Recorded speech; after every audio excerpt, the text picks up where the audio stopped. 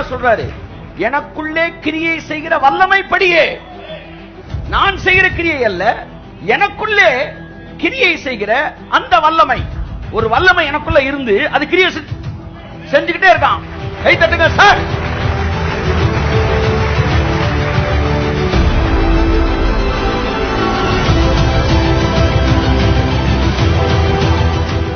தொடர்ந்து நம்ம ஐஸ்வர்யத்தை பத்தி பேசுகிறோம்.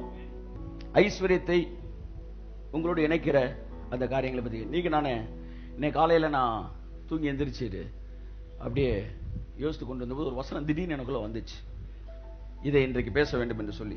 நீதிமொழியில் 5:18 அதை குறித்து எனக்கு பேச விரும்புகிறேன். This is the channel which connect you with prosperity. வாசிப்போம். நீதிமொழியில் 5:18.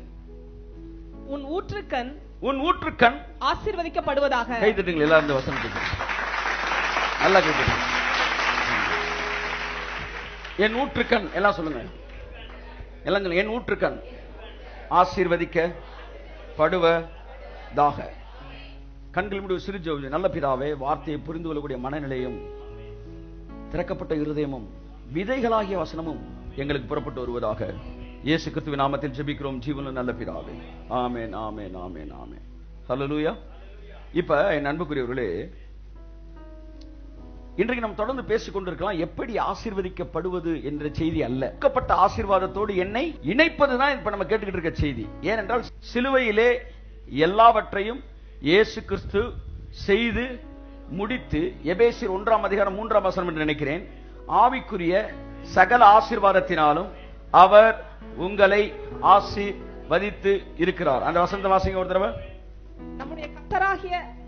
நம்முடைய கர்த்தராகிய இயேசு கிறிஸ்துவின் பிதாவாகிய தேவனுக்கு ஸ்தோத்திரம். ஸ்தோத்திரம். அவர் கிறிஸ்துவுக்குள். எத்தனை பேர் கிறிஸ்துவுக்குள் இருக்கிறீங்க? கிறிஸ்துவுக்குள்னா ஒண்ணுமே கிடையாதுங்க, ரொம்ப போட்டு குழப்ப கூடாது. கிறிஸ்துவுக்குள்னா என்னன்னா, இயேசு இப்ப வெளியில மழை பெய்யுது, உடனே நீங்க என்ன செய்றீங்க? மலைக்கு சர்ச்சுக்குள்ள ஓடி வரீங்க. அப்படியே வந்துருக்கீங்க. ஓடி வந்த உடனே இந்த ஓடி உள்ள வரீங்களே, இப்ப நீங்க எதுக்குள்ள வந்துட்டீங்க? சபைக்குள்ள வந்துட்டீங்க. உங்களுக்கு விசுவாசம் இருக்கா? விசுவாசம் இருக்கிறதுனால தான் இந்த சபையை நம்பி வந்திருக்கீங்க. என்ன நம்பி வந்திருக்கீங்க? இந்த கட்டடம் என்னை மலையிலிருந்து பாதுகாக்கும் என்கிற விசுவாசம் இருக்கிறதுனால கட்டடத்துக்குள்ள வந்துட்டீங்க. ரெண்டாவது, இந்த கட்டடம் இடிந்து விழாது, ரெண்டாவது நம்பிக்கை. இப்படி பல நம்பிக்கையை நீங்க உள்ள வந்த உடனே உங்களை அறியாமலே சொல்றீங்க. அப்படித்தான் கிறிஸ்துவுக்குள் வந்த உடனே, இந்த கிறிஸ்துவுக்குள் இருக்கிறனால இந்த கிறிஸ்து என்னை பாதுகாப்பார், இவர் எனக்காய் சகலத்தையும் செய்வார் என்று நம்பிட்டோம். எல்லா விசுவாசத்தையும் இந்த ஒரு அறிக்கையில ஒரு செயல்ல காமிச்சிட்டோம். ஆமென் சொல்லுவோம். என் அன்புக்குரியவர்களே, கிறிஸ்துவுக்குள் அப்படின்னா இயேசுக்குள்ள நீங்க வந்துட்டீங்கனாலே, அவங்க எல்லாருமே இயேசு சொந்த இரட்சகரை ஏற்றுக்கொண்ட எல்லாருமே கிறிஸ்துவுக்குள்ள தான் இருக்கிறீங்க. தயவுசெய்து புரியுதா நான் சொல்றது? நீங்க கிறிஸ்துவுக்குள் அப்படி 100% அந்த இது இல்ல, நீங்க கிறிஸ்துவுக்குள்.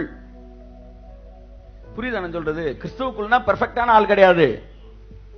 அப்படின்னா மதுரைக்குள்ள எவனுமே கிடையாது, தமிழ்நாட்டில் யாரும் கிடையாது, இந்திய தேசத்துல யாரும் கிடையாது, நல்லவன் ஒருவனும் இல்லைன்றார். அப்ப கிறிஸ்துவுக்குள் என்பது அர்த்தம் நல்லவன் என்பது இல்ல. நல்லவன் என்கிற அர்த்தம் வேறு, கிறிஸ்துவுக்குள் என்கிற அர்த்தம் வேறு. Super point. கைத்தட்டு.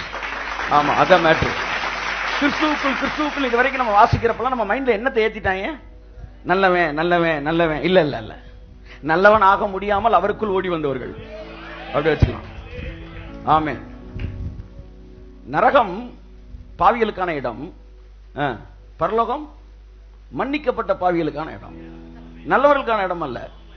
மன்னிக்கப்பட்ட பாவி ரெண்டு பேரும் கல்லன். ஒருத்தன் மன்னிக்கப்பட்ட கல்லன், ஒருத்தன் மன்னிப்பை உதறின கல்லன். மன்னிக்கப்படாத கல்லன் சொல்ல முடியாது, மன்னிப்பை உதறிய கல்லன். அப்படிதான் பரலோகத்தில் இருக்கிறவங்க பரிசுத்தவான்கள் அல்ல, மன்னிக்கப்பட்ட பாவிகள். ஆமென் சொல்லுங்க. அப்ப கிறிஸ்துவுக்குள் இருப்பவன் நல்லவன் என்கிற அர்த்தம் அல்ல. கிறிஸ்துவுக்குள் என்றால் நல்ல புரியுதா உங்களுக்கு? இயேசுவின் ரத்தத்தினால் என் பாவங்கள் கழுவப்பட்டிருக்கிறது, அவரோடு நான் இணைக்கப்பட்டிருக்கிறேன், அவருடைய ஜீவனுக்கும் அவருடைய சாரத்திற்கும் நான் பங்காளியா இருக்கிறேன். அவருடைய ரத்தம் அவரோடு இருக்கிற அவரோடு நான் இயேசுவை ஏற்றுக்கொண்டபடினால் எங்களுக்குள் ஏற்பட்ட இந்த உறவு என்னை மாற்றிக்கொண்டே இருக்கிறது. ஆமென் சொல்லுவோம். இதுதான் கிறிஸ்துவுக்குள் இருப்பது. உங்களுக்குள் அது வேலை செய்கிறது.